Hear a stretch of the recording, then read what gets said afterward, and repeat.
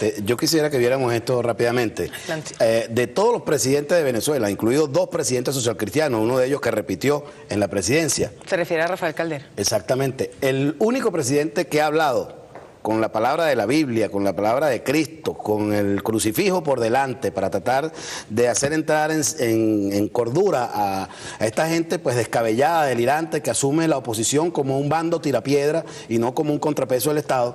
Bueno, esta gente ha planteado, sin embargo, del presidente este tipo de términos. El carácter inflamable del discurso de Chávez, tan provechoso en la contienda electoral, se convirtió en un irritante desmesurado, todavía bendecido por la popularidad, se mofaba o satanizaba la crítica, la diferencia. Decretó que cualquiera que no se plegara mansamente a su proyecto era un oligarca, etc. Y dice al final, alentó los prejuicios de todo tipo, fomentó la división, propuso la intolerancia como dinámica de relación social, nos enfermó socialmente. ¿Eso quién lo dice? Eso lo dice nada más y nada menos que uno de los más importantes pensadores, digamos, intelectuales de la derecha ahorita en Venezuela, a quien consultan toda la gente que sigue la oposición todos los fines de semana, Alberto Barrera Tisca, en 2003, en febrero de 2003. De modo que no es un asunto de ahorita, no es que ahorita acaba de aparecer esto. Pero fíjate tú lo que llama la atención en este planteamiento. Fíjate este texto que se conoce poco en la historia de Venezuela. Dentro de lo social, pese a circunstanciales protestas de defensa de la paz social, el régimen se caracterizó por una siembra constante de odios para dividir la familia venezolana. El origen comunista de los principales dirigentes del partido se reflejó en la continua propaganda de la división y del odio social. ¿Entiendes? Y entonces así sigue avanzando y resulta que este documento es nada más y nada menos que la declaración de Copey el 2 de diciembre del 48 a la caída de Gallegos, quien aparece aquí firmando la entrega de la presidencia al coronel Delgado Chalboa. A su lado está aquí. O sea, hay un paralelismo. No, sino que se ha mantenido de siempre, ha sido un discurso recurrente, no es Chávez, el problema no es Chávez, es el modelo que él está presentando, que se opone a lo que ha sido el modelo que desde siempre han detentado aquí los sectores oligárquicos en el país, incluso desde la era de la independencia. Son los mismos términos y eso sucedió, como digo, a lo largo del siglo y medio de discordia que tuvimos. No fue el paraíso, como dicen los sectores opositores, lo que hubo en Venezuela después de que llegó Bolívar. Que no había racismo, exactamente, que todo estaba bien. Que Bolívar puso de patitas en el mar a los españoles y de ahí en adelante vivimos felices y comimos perdices. Desde el principio mismo del proceso independentista, desde la conspiración de Guardia España, que tenía como base una consigna que se convirtió en una canción, la canción americana, como la llamaron ellos, y que Lino Gallardo le puso música, decía, viva tan solo el pueblo soberano, mueran los opresores, mueran sus partidarios. Eso no era una propuesta de corte monárquico, no era una propuesta de corte capitalista, era una propuesta de corte socialista, la primera que hubo en nuestro país en función de los desposeídos, en función de las clases humildes de la población y contra la tiranía. Bueno, esos señores fueron condenados a muerte, no murieron en el paredón, pero bueno, fueron condenados a muerte. ¿Y qué fue lo que sucedió después de ahí en adelante, como lo vemos acá, a lo largo de toda esta línea de tiempo? Bueno, la misma situación de la guerra de independencia. Bolívar, la confrontación más grave que tuvo fue contra los mismos venezolanos, sus mismos partidarios, a quien tuvo incluso que llegar al extremo de fusilar a alguno de ellos. El decreto de guerra a muerte, ¿qué era si no era tratar de poner el orden en esa anarquía que se estaba dando en función de que de la búsqueda del poder por sectores oligárquicos que son quienes les dan el título de libertador a Simón Bolívar cuando entra a Caracas en el año 13? Es decir, ahí lo que ha habido siempre ha sido la lucha del poder por el poder en sí mismo. Tú ves qué fue lo que sucedió con Páez. Páez expulsa a Bolívar, dividiendo a Venezuela de la Gran Colombia, y así sucede con la guerra federal. ¿Cuál era el planteamiento de Zamora? Tierras y hombres libres. Eso no era ningún planteamiento monárquico, ni era tampoco capitalista. ¿Qué fue lo que pasó con este señor que está acá? Que junto con su hermano estuvieron también durante mucho tiempo en la dinastía de los Monagas. José Gregorio Monagas, que mucho antes que Estados Unidos declara la abolición de la esclavitud, sin embargo muere con las tripas zancochadas en un castillo en Maracaibo, y de allí en adelante todo lo que nos sucedió, la restauración liberal de Castro, el medinismo, considerado el presidente más demócrata que hubo en el país en ese tiempo. Bueno, también la mayoría de nuestros próceres murieron expulsados del país, expatriados, ninguno rodeado de un elenco de ministros y de sus familiares, y entonces con los honores militares del caso. Era muy raro que sucediera eso. Así pasó con Gallegos también. Pero entonces fíjate tú lo que nos encontramos aquí nosotros luego de esto. El pacto de Punto Fijo planteaba una división, pero además una exclusión sistematizada para exterminar todo vestigio de... Aquí hablamos permanentemente de lo que es el pacto de Punto Fijo, no, pero no lo conocemos. Y en estos términos era como se expresaba: las elecciones determinarán la responsabilidad en el ejercicio de los poderes públicos durante el periodo constitucional 59-64. Intervención de la fuerza, este es el pacto de Punto Fijo. Intervención de la fuerza contra las autoridades surgidas de las votaciones es delito contra la patria.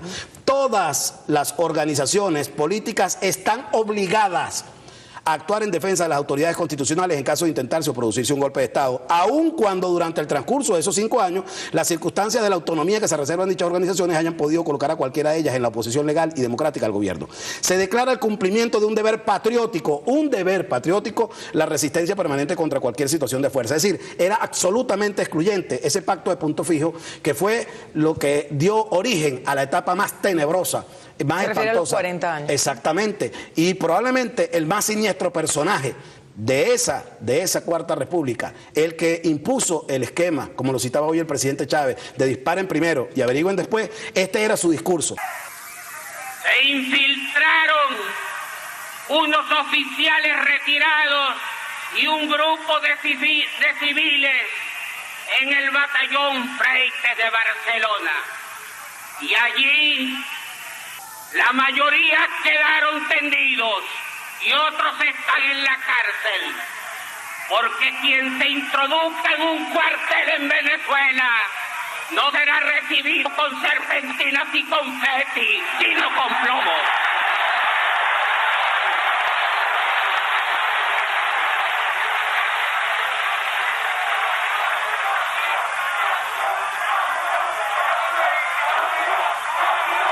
La ley orgánica de las Fuerzas Armadas le da autorización para sobreseer los juicios militares en cualquiera de sus instancias. Ninguno de esos juicios ha sido sobreseído. Y los que promovieron la intentona de San Cristóbal, como los de Barcelona, como los... ¡Silencio! ¡Silencio! Y quiero decirle al país, prendan la luz aquí. Prendan la luz aquí. Están detenidos en el país alrededor de mis dirigentes del Partido Comunista y del MIR.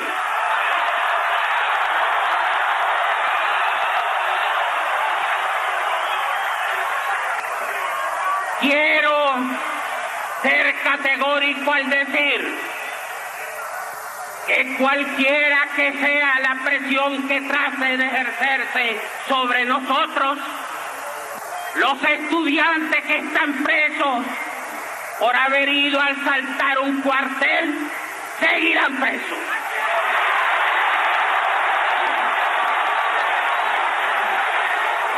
Que los profesores universitarios que han venido utilizando sus cátedras y sus decanatos para convertir a las universidades en reducto y vanguardia del fideicomunista, van a seguir presos.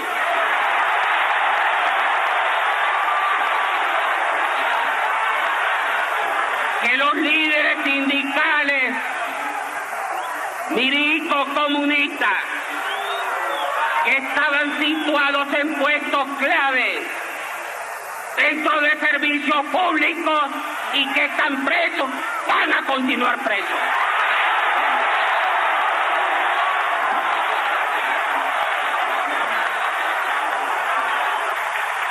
¿Se ha pensado que se me pueda pedir la renuncia? Yo soy un presidente que ni renuncia ni lo renuncian.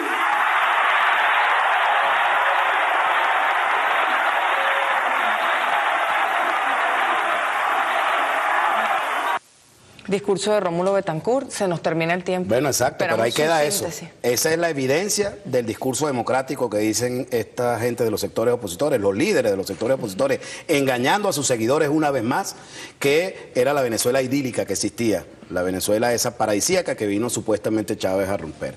En lo que hay, en verdad, es un proyecto de país que el presidente ha presentado por primera vez en décadas para los venezolanos, y eso es lo que asegura ese fervor popular que se demostró hoy en esa concentración tan gigantesca.